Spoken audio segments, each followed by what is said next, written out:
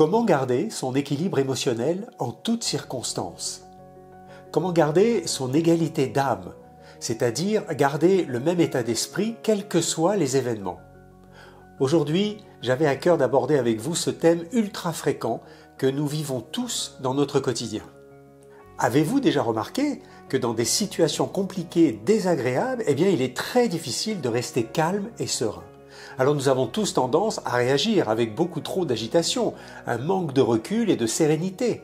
Et nos réactions sont loin d'être celles du sage asiatique, si vous voyez ce que je veux dire. L'asiatique médite et vit au présent, alors que l'occidental prémédite et il est toujours dans le futur. Trop d'agitation mentale, à vouloir tout anticiper, tout contrôler, et donc trop de pensées et trop d'émotions. La façon dont nous pensons correspond toujours à ce que nous ressentons, nos émotions, n'est-ce pas ainsi? Et si je vous disais que nous avons le pouvoir de penser autrement, et donc de ressentir autrement, de ne pas tomber dans ces états émotionnels désagréables, dans ces pensées irritantes, dans la colère, le ressentiment, le chagrin, voire même la frustration?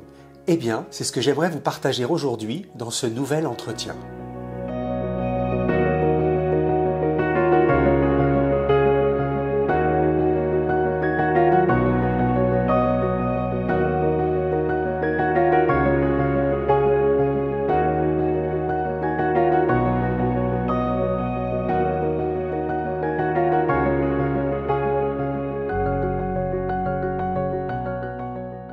Bonjour à vous tous et un très grand merci d'être toujours aussi nombreux à me retrouver sur ma chaîne de l'alchimie du soi. Si j'ai voulu aborder le thème de comment garder son équilibre émotionnel, c'est parce que, comme vous l'aurez remarqué autour de vous, la période actuelle est de plus en plus déstabilisante, pour ne pas dire traumatisante pour beaucoup d'entre nous. Le mal-être, qui est ressenti par de nombreuses personnes en ces temps agités, est bien sûr relié à ce que nous vivons. Mais si ces turbulences nous affectent, c'est que ceci a un sens. Pour nous, quelque part, nous avons à expérimenter ce type d'épreuve, comme si on nous demandait de changer notre perception de ce qui se passe. Alors je vous l'ai déjà dit, nous ne pouvons pas contrôler la vie, nous ne contrôlons rien. Mais nous avons le pouvoir de contrôler la façon dont nous regardons la vie. Nous avons à 100% le pouvoir de changer notre perception de ce que nous vivons. Nous pouvons tous à 100% changer nos pensées sur ce qui nous arrive et ainsi donc modifier radicalement les émotions qui en découlent et donc pouvoir garder notre stabilité d'état, notre stabilité énergétique. C'est ce que l'on appelle l'équanimité, cet état de sagesse, de sérénité durable, d'imperturbabilité, de tranquillité d'âme, de paix intérieure, d'égalité d'humeur, de lâcher prise ou encore de détachement par rapport à soi. Dans ma première vidéo, je vous avais parlé du phénomène de tomber, vous vous souvenez? Mais pas de la perte d'équilibre physique, non, plutôt la perte d'équilibre émotionnel, bien sûr. Et j'ai abordé la loi des 5 éléments, vous vous rappelez, le bois, le feu, la terre, le métal et l'eau. Ces 5 éléments sont reliés chacun à un organe qui lui-même a de l'énergie. Le foie, le cœur, la rate, le poumon et les reins. Et ces 5 éléments, ces 5 organes sont tous reliés entre eux. Donc si l'un d'entre eux est perturbé, alors tout le cycle est perturbé. Les 5 sont perturbés, vous comprenez? C'est inéluctable, ce déséquilibre de l'énergie générale se met en place dans tout l'organisme. Prenons un exemple. Si je suis dans la colère, on sait que cela provient de l'énergie du foie, tout le monde le sait. Le foie en excès, pour être précis. Alors pour X raisons, je me mets en colère et mon énergie du foie se bloque. Le foie, vous vous souvenez, c'est le bois. Les 5 éléments sont donc tous reliés entre eux. Et on dit que le bois, le foie, nourrit le feu, l'élément cœur. Si mon cœur reçoit de l'énergie du foie, alors il fonctionne correctement. Le pouls est régulier, agréable. Ma tension cardiaque est également stable. Je ne sens même pas de douleur, ni de gêne, je ne sens même pas mon cœur battre. En clair, mon cœur fait son job. Mais si la colère vient bloquer mon énergie du foie, alors le cœur se retrouve en vide, en carence. L'énergie ne passe plus, si vous voulez. Elle ne passe plus du foie au cœur, c'est-à-dire du bois au feu. Palpitations, troubles du rythme, difficulté à respirer, les symptômes arrivent. Le bois ne nourrit plus le feu. Sans le bois, le feu s'éteint. Comprenez que le cœur, alors, est bien perturbé et il produit des symptômes. Si vous voulez, le vide et la faiblesse de l'énergie du cœur va engendrer des troubles du rythme, des insomnies, des sommeils agités par de nombreux rêves. On ne va pas être bien. Mais surtout, je perds l'équilibre de mon état d'être. Je suis alors instable dans l'énergie du cœur, donc dans la joie, la bienveillance, l'attention aux autres, l'amour tout simplement. Et si je subis une situation agressive, elle m'impacte et je déclenche la colère, qui va générer un trouble toxique dans ma chimie intérieure. Je ne suis plus complètement équanime. Et oui, nous avons tous notre zone rouge à ne pas franchir. Vous connaissez l'expression, si je vois rouge, eh bien l'énergie du foie monte en puissance, le feu du foie s'embrase littéralement et viendra affaiblir l'énergie du cœur. Le feu va affaiblir le cœur et ce vide d'énergie du cœur, l'énergie yin, produit alors les étourdissements, la vision trouble, une chaleur intérieure désagréable en vous, peut-être même des acouphènes. Bref, tout ceci n'est qu'un exemple d'un déséquilibre émotionnel et ça vous montre que on peut facilement tomber dans des situations inconfortables. On peut facilement appuyer là où ça fait mal. Les décodages comme celui-là, eh bien on peut en faire pour toutes les maladies. Quelles que soient les maladies, elles se décodent toutes de la même façon. Bien sûr, on va pouvoir prendre de la chimie pour calmer ce petit tsunami, mais ça reviendra avec la prochaine fois, et encore une fois, et ça revient encore. Alors comment sortir de ce phénomène terriblement destructeur? Eh bien, il faudrait être le sage, asiatique, pour ne pas réagir à l'agression du départ, on est bien d'accord. Alors ma question, c'est qui réagit à la méchante réflexion que vous recevez dès le départ? Eh bien, vous allez me dire, ben c'est moi. Alors je suis d'accord, c'est bien vous. C'est vous qui vous mettez en colère. Alors vous explosez littéralement, vous pétez un plomb comme on dit. Mais alors ma deuxième question c'est, qui est ce moi? Quand vous dites c'est moi, qui est moi? Et votre pouvoir est véritablement dans la réponse à cette deuxième question. Qui êtes-vous vraiment? C'est qui ce moi? Êtes-vous vraiment celle ou celui qui vient de se faire agresser verbalement? Êtes-vous vraiment celle ou celui qui vient de subir une injustice, une critique gratuite? Vous êtes sûr? Si vous avez suivi mes précédentes vidéos, eh bien vous savez maintenant que vous n'êtes pas cette personne que l'on juge, que l'on critique, que l'on insulte. Vous recevez juste une éclaboussure parce que vous êtes en face de celui qui profère l'injure ou la critique. Vous n'êtes pas obligé de le recevoir ou de la recevoir comme telle. Ne lui donnez pas d'importance. Vous êtes juste éclaboussé par la souffrance en fait de celui qui est devant vous. Celui ou celle qui se sent agressé. Eh bien en réalité c'est votre ego, le personnage que vous jouez tous les jours dans votre vie. Si vous avez véritablement conscience de qui vous êtes, vous ne pouvez pas recevoir cette insulte ou cette critique comme quelque chose de douloureux, comme une atteinte à votre soi. Si vous comprenez qu'en aucun cas, qu'en aucune façon, vous êtes cette personne, alors vous restez dans le soi. Vous restez dans la stabilité de ce que vous êtes, c'est-à-dire l'amour, le cœur, la paix, la sérénité, le sourire, la tranquillité en soi. On appelle ça l'équanimité. Seul votre ego se vexe, mais jamais l'amour. C'est l'ego qui va se sentir mal, car il fait tout pour exister, pour paraître, alors qu'en fait il n'est rien. Il n'a pas d'état d'être.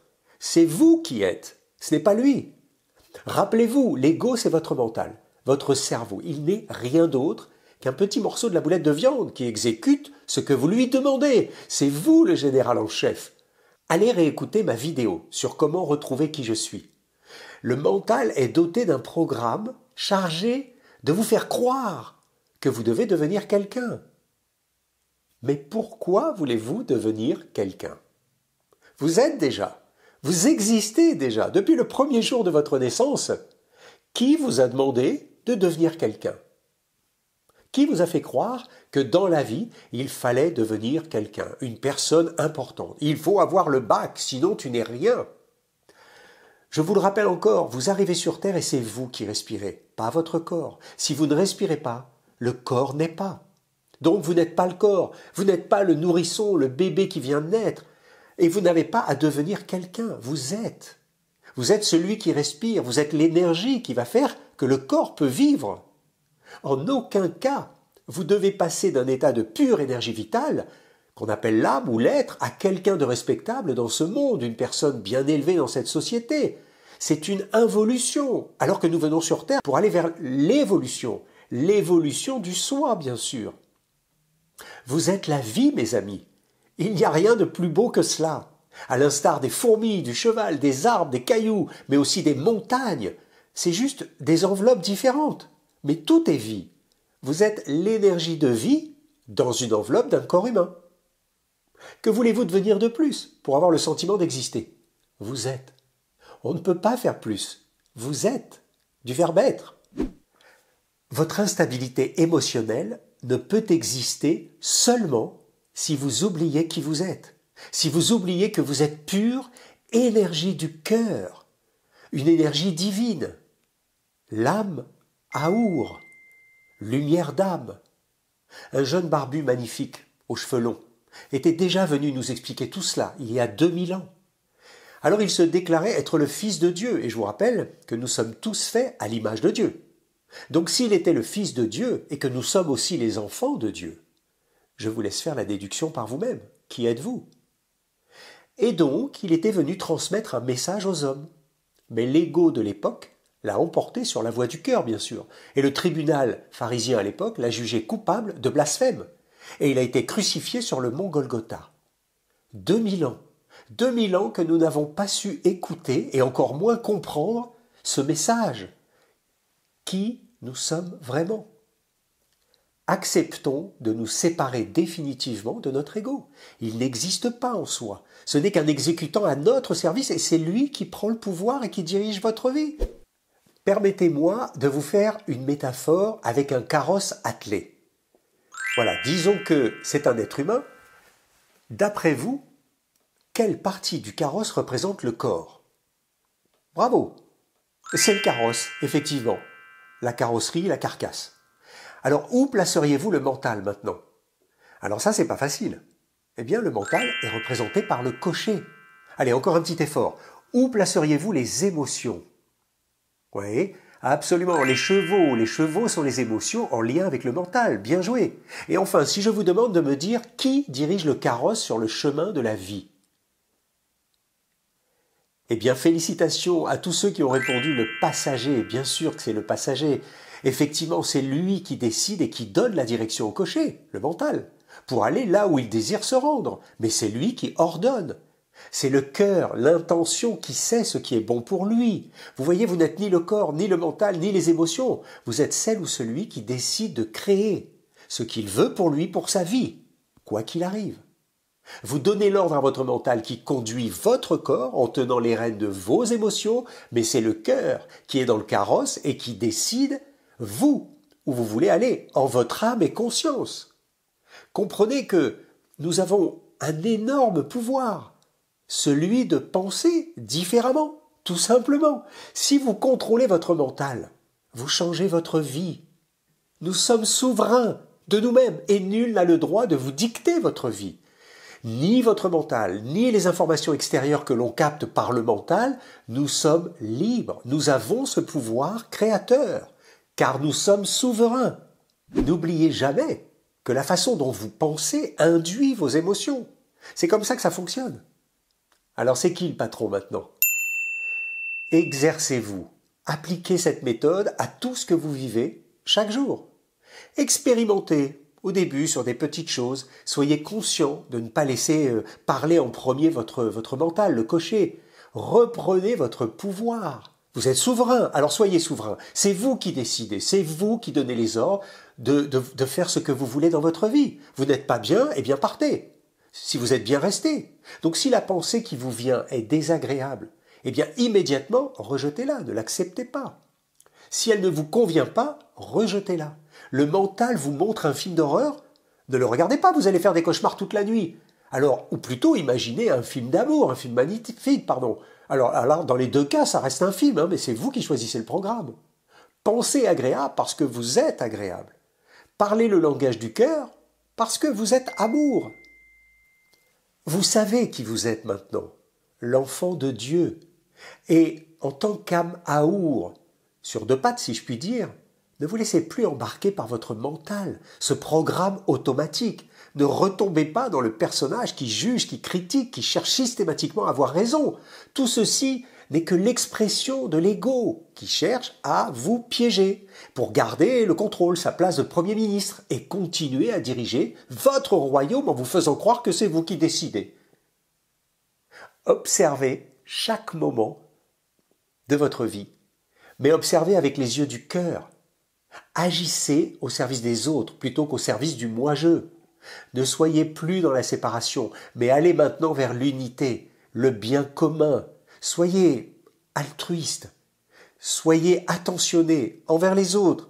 Ainsi, vous grandirez votre vibration d'amour. Soyez en syntonie avec la fréquence de l'univers, car nous sommes tous univers. Soyez en conscience de qui vous êtes vraiment. Soyez la plus belle partie de vous-même. Soyez heureux. À bientôt.